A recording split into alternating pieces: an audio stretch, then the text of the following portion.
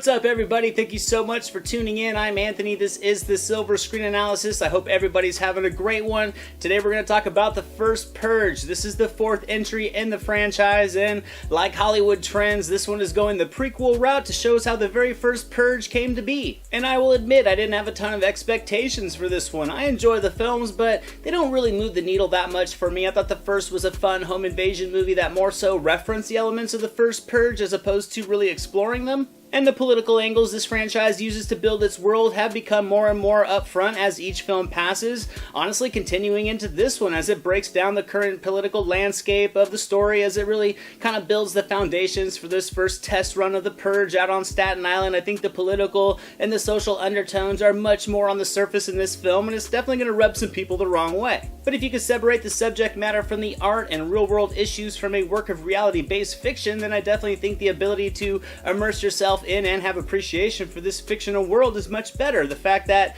many instances in this movie speak to several parallels in our own current society is up for, honestly, your own interpretation based on your own values and who you view as being the antagonists in this story. I really enjoyed and found it interesting how this one developed the foundations of the Purge, both from execution and the reasoning side. It doesn't really spend too much time doing so, and with a good grasp of the setup for this annual tradition, the story can really get going quickly. It grabbed my attention and it had my curiosity throughout, despite kind of feeling familiar in its formula. I thought it did a great job of plugging in gaps of information for not just the Purge itself, but for some of the other tropes that have become known in the franchise as well. It doesn't really develop the characters that much, but with how they're kind of worked into the story, I felt you get more than enough to kind of see where the story's going to go for them and how they're going to turn out in it. The story was able to weave in and deliver some nicely choreographed action sequences that really built some legitimate suspense. There were some strong moments of tension worked into the flow of the story as well that really hit with a strong intensity, and there were some nicely timed doses of comic relief that really give the story overall a good balance of elements that kept me entertained throughout. I'll admit the movie does feel very much like the last two, but it was still a good time. I thought the cast was solid. There were some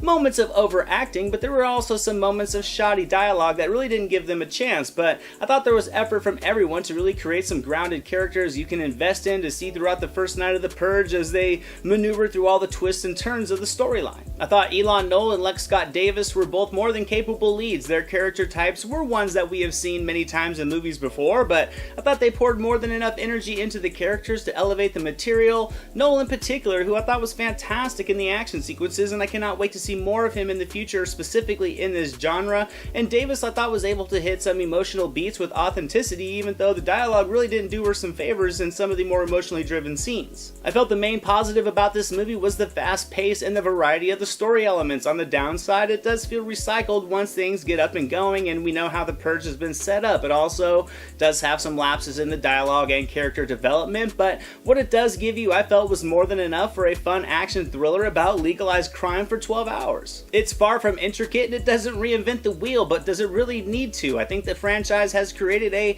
hyper-realistic world with plenty of story opportunities to work with within that sandbox, and this one, I think the creativity was in the violence and the suspense. The direction and cinematography really do work well together to create a gritty film that at times delivers some artistic visuals as the blood spills and the bullets are flying. I thought the fight sequences were adrenaline pumping, the shootouts were tense and gritty, the suspense for the most part felt very genuine in the way it was delivered. I thought the violence was very raw and the jump scares were fun, I thought, for the most part. For me, this was an entertaining, turn your brain off movie that had me interested and engaged in what was happening, and I was surprised that it did so. I think that sometimes to create unique stories, you have to create a world for them. Not every story can be set in a post-apocalyptic landscape or a near-future dystopian sci-fi backdrop. I think there are many levels in between those and the world that we live in, and I think the Purge franchise has found a nice place for itself somewhere in the middle. The first Purge promised us the beginnings of the annual kill fest, and it delivered just that. It was entertaining, and I'm going to give it 75% on the entertainment meter. It surprised me. It showed effort to